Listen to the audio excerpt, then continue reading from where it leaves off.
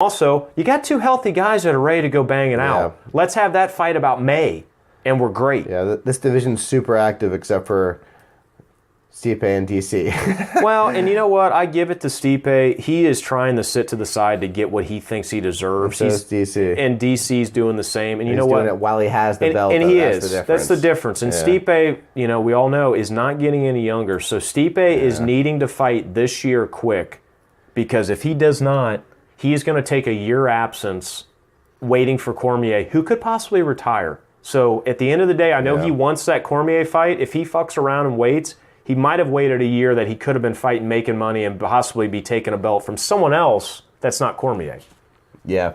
I think that Junior's next fight is going to be a contender, but I think there's so many fights you can set up right now in the heavyweight division that you could say are top contender fights, where the winner of this is the next top contender. But throw a dart and it's a fun fight. DC is not defending. He's going to fight Brock Lesnar. So who the hell knows?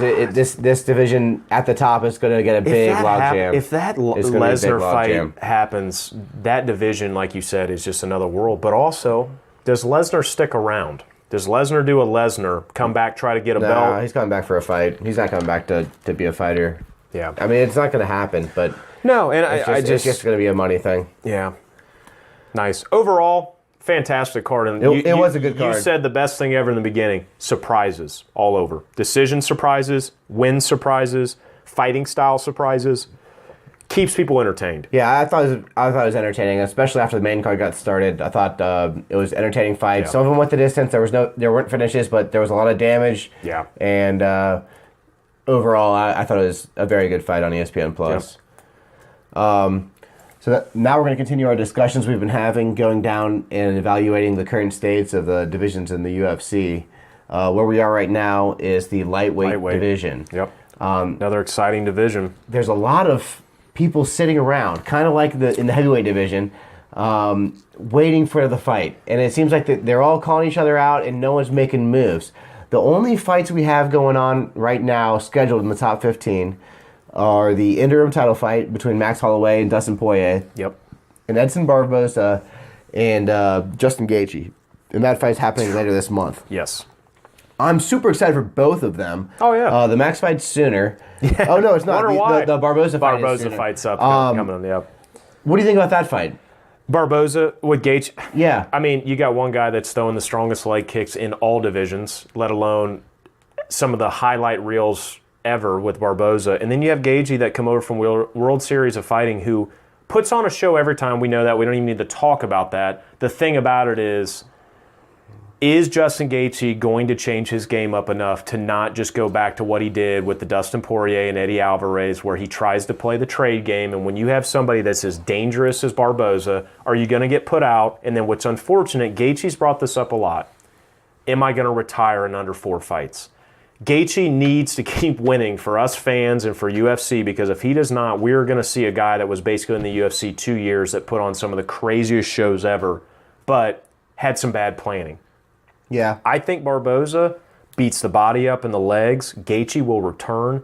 I think it's one of those, who has the best strategy? Am I going to just get beat up and hopefully wear someone else down, or am I going to go for the highlight knockout? Because both of them have the skills to do it. Yeah, because both of them are looking to do that. Every fucking minute. Yeah. But that's what's fun about this fight in the lightweight, is you got two guys that it's not even about movement right now. This is a legacy fight for them, because he beats someone like Barboza, who is an absolute legend in that division, even though he's fallen on a little hard times prior with Khabib and everything. He's still winning all the fucking time. So I think that fight's entertaining. Absolutely anything can happen. I don't see that getting it out of 2 rounds, really, with those guys. I don't think it gets to a finish, or it gets to a decision, that's for sure. It'll be a finish, yeah. The thing I like about the fight is both these guys are top proven fighters. They're both looking for the toughest fight they can get. And this is the toughest fight they can get. You look above this, and no one else is signing fights. I mean, Tony, no one knows why he's not fighting. He won't accept any fights. Conor, good luck getting a fight with him. Khabib's out until end of the November year, or whatever. You got Al and Kevin Lee. Okay, Kevin Lee's coming off 3 lights, who just fought each other. You got Al Quinta, who is waiting, which they've talked a lot that they might give Cowboy Al, which scares me as a Cowboy fan. Yeah. But Al's going to wait around. I'd watch it, yeah. Oh, I'd watch it every second. But the thing is, I think Al is also smart and knows his worth, just like Dustin Poirier, is he's going to sit around and wait for his proper fight. But the nice thing about this is, if Gaethje wins, he moves right up and fights Al if Al's not scheduled. Vice versa. You have Barboza win, Barboza moves up. Barboza might even fight Dustin Poirier because he hasn't fought him in a long time. Dustin Poirier hypothetically loses to Max Holloway. He's on a loss even though it's, from a guy from another division. Let him go fight Dustin, be that next crossover, because just like you said, above Dustin, you have Conor, which we already know the situation. Tony's sitting around deservingly. They stripped his interim. I get it. Tony's got to get fighting. Why do you get it? Why do you get that they stripped his interim belt? No, I don't agree with the stripping of it. I'm understanding why he's pissed. I agree. I get why he's sitting around and waiting, but at the same time, it sucks. But you got to do something for your worth, because at the end of the day, Tony's not getting any younger either. And I'm not saying these guys are retiring next year, but I don't want to see someone wait around a whole year and not fight. That's deserving of it. He's the number one contender. It's better to be active. We've seen that. Khabib's suspension fucked this division. Because this would be we wouldn't even be talking about this right now. We would be talking about what you and me argue all the time about in John Jones' situation and welterweight situation. Why are we waiting around to put guys to the side? We would be fighting Khabib. Oh, you lost. Next in line. Yeah. Here we go. I wouldn't argue with it. Keep them coming. It's the meat churner. And I agree. Chopping it up.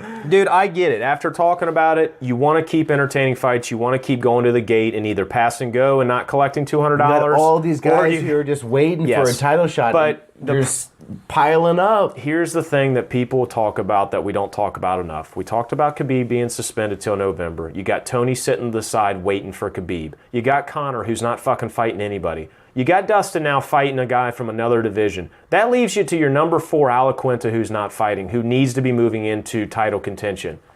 Bunch of fights we're waiting on that we don't know why they're not happening, because if they don't happen, then we got Khabib coming back in November and we start all over. But we've lost a year. So I think this Gaethje-Barboza fight might push people's feet to the fire to where we got to make a fight. These guys are ready. They're prepared. And they just fought fucking another huge name to move up the rank. Yeah, the lightweight division, like the welterweight division, is super deep. So top heavy. There's a lot of entertaining fighters, entertaining fights that can be made. Like I said, the only two that have been made are Max and Dustin and Barboza and Gaethje. What are the fights you want to see made? I mean, to me, the Khabib-Tony fight has to happen. It's been teased 3 times. It has to happen, but it's been teased so many times that just like I joked about with Cormier and Jones, I don't even want to see it anymore because I got such a bad taste in my mouth. Yes, Tony Ferguson had the flukest accident ever, tripping over a cord and blowing his knee out. But that was just one of the times. That was just one of the times. Khabib couldn't make weight one time. Tiramisu Tuesdays will get you, man. Yeah. I mean, but and filming it, that's a bad look. And that doesn't help anybody. No, fights I want to see. I've talked about it over and over again. The Conor Cowboy, I know they just had a derailment because they wanted to not have a co-main event. They wanted a main event for Conor. I've been wanting to see that for years. And everybody has. Before the talk started about it. Ever since they were bitching back and forth at each other at the press conference, everybody wanted to see that. Okay, let's take that out of contention. I want to see Tony fight maybe Dustin next.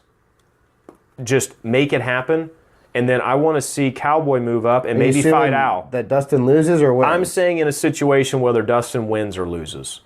Have him fight Tony? Have him fight Tony. Tony's been waiting there. Tony had a belt. He's got a belt that's been stripped. Dustin now gets that interim belt. It's belt against belt, even though one's not there and the next is... Dustin wouldn't have... No, I know that. I'm saying the way it should be, because Khabib's out till November, technically Tony is the champ as far as next in line. So you got Tony... You have that. Because are they really going to book Dustin and Conor? You're saying Dustin beats Max? Yeah, if he does. Yeah. Then okay. You see what I'm saying? Yeah. And the reason I say that is because, again, we're fucked with Khabib and we're fucked with Conor because Conor, he might fight Dustin. I don't know. But they have to find the perfect card. That could be like a UFC 238, 239. You're going to have him fight Conor. You got to set it up. You got to hope it happens. So I don't like that feeling. I'd rather see Dustin move up and fight Tony and say, hey, I had the interim and I got hurt and they took it from me. That sucks. guess what? I'll redeem myself. And Dustin, oh, congratulations. You just won a belt from a guy that normally fights at featherweight. Let's go and hash it out.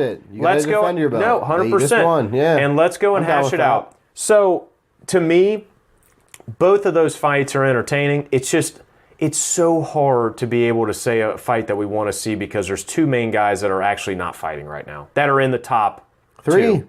Yeah, 3 basically. 4, 5, count them up. There's no one's fighting up there. No, but okay, like I just said though, while we're waiting on that, let's get Alan Cowboy. Cowboy's fresh, he's not injured, he always is down to fight anywhere, anytime. He wants to fight a lot. Al always wants to fight. Al lost to fucking Khabib when he wasn't even scheduled to fight him. Al has smashed people in that division. Masvidal always beat Joe Lozon. Yeah, these are guys that aren't at the caliber they are. Al's been waiting. Al's hungry. And by the way, Al's in a similar Dustin Poirier situation. He's not happy with the UFC a lot of times. So he wants to get what he can. And if you're winning, it really helps your cause to get what you want. So, again, lightweight division, make anything top 8 fighters. It's not going to be a bore. I can promise you that. Yeah, the fight that I had been pulling to get was the Kevin Lee fight against Gregory Gillespie. And it looks like that may have fallen through. Yes. Which is unfortunate because I thought that would be... You were spot on with that. That's a terrific fight to make, especially since Kevin Lee has been fighting some killers and needs to get back on his feet. He's on three losses. That's what I'm saying. He's got Gregory Gillespie's not going to get him there. I think it's going to be a tough fight for him. So, yeah, I thought that would be a good one. I think I want to see Gregory Gillespie fight. His fights have been too few and far between lately, and I think he's really good. I want to give him anyone that's up there that's willing to fight him. And it looked like with Kevin, I don't know how Kevin Lee is ranked 5th. He ahead of Edson Barbosa after he just lost to Edson Barbosa. You have to look at his record. You have to realize that he came out fighting guys out of nowhere and winning. His last fight was a sub against Chiesa, which was also debatable. His last win was a sub over Chiesa, which was debatable. And then you went into the fire pit. Hi, I'm Tony Ferguson, dead. Edson Barboza, good luck to you. But he's ranked ahead of Edson Barboza. I get that. The problem is Edson also fell on some shaky times before Khabib. Not even in the Khabib, because he was winning. Yeah. Edson was losing some fights. He's lost to Cerrone in the past. Granted, that was a younger Cerrone, younger Barboza. When he got in the Khabib loss, I got to give him a lot of props. He came back in and said, fuck you all. I'm back in the game. I'm still a monster in this division. Oh, by the way, Kevin Lee, I'm going to TKO you. And Hooker, you have no intestines left. By the way, who's next? Edson Barboza has been around. He's been through the trenches. That's why he has more legacy than Kevin Lee that came out of nowhere. And really his only big win is a controversial sub over Chiesa. And then fought 3 killers in a row. Overranked. I really think it's a perfect example of overranked. And that's why I think Gregory Gillespie being outside the top 10 right now, I think he's 11. Fighting him would be a good matchup. Do you think there's any impact also that Kevin Lee is more marketable than Edson Barboza because he speaks very well, he dresses flashy, he gets in your face, he talks shit just like he did with Chiesa in the press conference. Essentially. Edson Barboza is all about fighting, has no real personality for marketability. And also, Kevin Lee is 26 years old. He's going to be around this division a while unless he just gets starched in the next 4 more fights. It's somebody that they can jump on. But I agree. I think this division changes in the next month, that we're having the same conversation just with different names, honestly. Mm-hmm. Anyone you're looking to see this in this division this year? Out of the top 10 or in the top 10? Anyone that you're looking to make moves. I definitely think Gillespie. I think not just the win streak, because I know some of the names aren't the giantest. I like his fighting style. I think Paul Felder also. I think Felder has not destroyed everybody, but I think he's found his right weight class, which is definitely the lightweight. I don't think he ever needs to fight at welterweight like we joked about with Mike Perry. That was a smaller, similar fighter to him. I don't think he ever needs to go to featherweight. That's a terrible cut for him. But that win over James Vick, that said a lot. Vick had come off a loss prior to Gaethje, which was obviously an upcoming contender. I think Paul wins one more decent fight. Maybe Paul fights. I would really like to see Paul fight Alexander Hernandez. Fight a guy a little bit lower than him. Say, hey, this guy was ripping up the ranks. I'm going to fight him now. I don't see Paul fighting like, Pettis is going to fight Wonder Boy, so he's not even going to be in the division for a while. Gaethje and Barboza, I think that's way too big of a jump for Felder. I think Felder stays at 10, fights a guy a little bit below him, gets his bearings, lets Gillespie get another win and move up. Or maybe you let Gillespie and Paul Felder fight it out between 10 and 11 and just say, hey, next win of either of us. But I agree with you. I think Gillespie deserves a guy in the top 5. I do. Anybody else in that division you see kind of sneaking out, being kind of, in the shadows? Well, I think there's a lot to watch this year in general. Yeah. Whether or not Conor gets a fight is a big deal. I think what Al does, he's looked good of late. He's got some good wins, not very many losses. I'm thinking one thing I've had on my mind about this division is Tony had that interim belt. Yeah. Do you think he ever gets a title fight? Not the way it's going. I think the only way is if he fights Dustin and beats Dustin and it's automatically known that you fought Dustin middle of the year. Okay, so we got the Max Holloway fight. We know that. Dustin wins or loses, he's got to fight somebody again unless he leaves the UFC, which I don't see happening. By the time him and Tony fight, and let's say nobody gets injured, you're going to have a fight coming into 2020 or right on the cusp of 2019 ending that you can fight Khabib again. Ferguson. It's all timing in this division because, again, Conor is fucking us by not fighting anybody. Khabib is fucking us by being suspended. Do you think Tony fights before Khabib comes back? I would love to say yes. I don't know who he's going to fight besides Dustin. I think if he turned down this fight against Max, who the hell is he going to fight? That's my point, is he turned down the fight with Max because he didn't think it was worth... guy that fights 10 pounds lighter than you. I think he thought it wasn't worth his worth. I think he wants to say, I'm in this division, I'm a name, I had an interim belt, who is going to fight me that also? I think he's waiting for someone like Dustin that says, I have a belt now. You either take it from me or I'm going to pass you, and then when I pass you, I wait for Khabib to return. But my worry is, does Khabib return December or January of 2020 or 19? No, or does he wait till... Probably November this year. Of 19. Maybe. November 19. What if Khabib says, fuck it, I don't need to fight right now. I might wait till 2020, start new. Yeah. That is such a long time off. And the thing is, Khabib is the same age as Conor. They're all in their prime right now. Make these fights when you can. So that's what I'm saying is Tony may know that. Tony may say, you know what? I think I want to make this fight. I want to make this fight with Dustin, but I'm going to sit to the side like we always talk about. But besides that, man, everything under number 7 is an absolute blast to watch. So at the end of the day, we may not be seeing a lot of title fights or fights that are going to put in a new champ. We're going to see some entertaining lightweights. And there's a lot of guys that are coming up that no one fucking knows about that are going to do some things. Dan Hooker. Yeah, Barboza beat you. You were on a 4-fight winning streak. Dan Hooker could be a guy that we're talking about in number 7 in 2 fights from now. So, again, it's a change of hands in this division because at the top, there's a standstill. Yeah, I'd like to see that standstill move fixed. Yeah, because this is a fun division, and there'd be, if the champion was active, and maybe if the champion was not Khabib, there'd be a lot of changing of hands of the title. It'd be passed back and forth quite a bit. Khabib's so good, and he's not active right now. Yeah. Everyone's waiting to fight him, and it's just slowing everything down, which sucks. Yeah. To his own fault, but at the same time, I think his suspension was very greedy. I think that was way over. I mean, what did he have to pay? $500,000? Something stupid. And then obviously he's out to November. That's debilitating to somebody, especially a guy that's stomping people in that division. Yep. So at the end of this year, do you think Khabib's coming back before that? I think if the right fight matches and the right people are talking, you have Khabib fighting a New Year's fight. New Year's. I think he fights either Tony, I don't think it's Conor, or some stupid way, Dustin wins, gets that interim, beats Tony throughout the year, Khabib fights Dustin. I think still, no matter what happens, Khabib goes into 2020 with the belt still around his neck. Yeah, I agree. I think there's a chance he fights Max on that fight, but I think that Khabib is the champion after his first fight back. It's really hard to... I hate to say that when you're just so confident about a guy. Khabib's game overall on the ground and just pressure. At this weight class, it is so hard. Edson Barboza is a perfect example of how hard it is to deal with another caliber fighter that overwhelms you to where my legs, my arms, all my moves, all my jiu-jitsu I can't use because right now I'm trying to survive. And I think that's why Khabib is just nowhere situational, not thinking that he won't be the champ in 2020.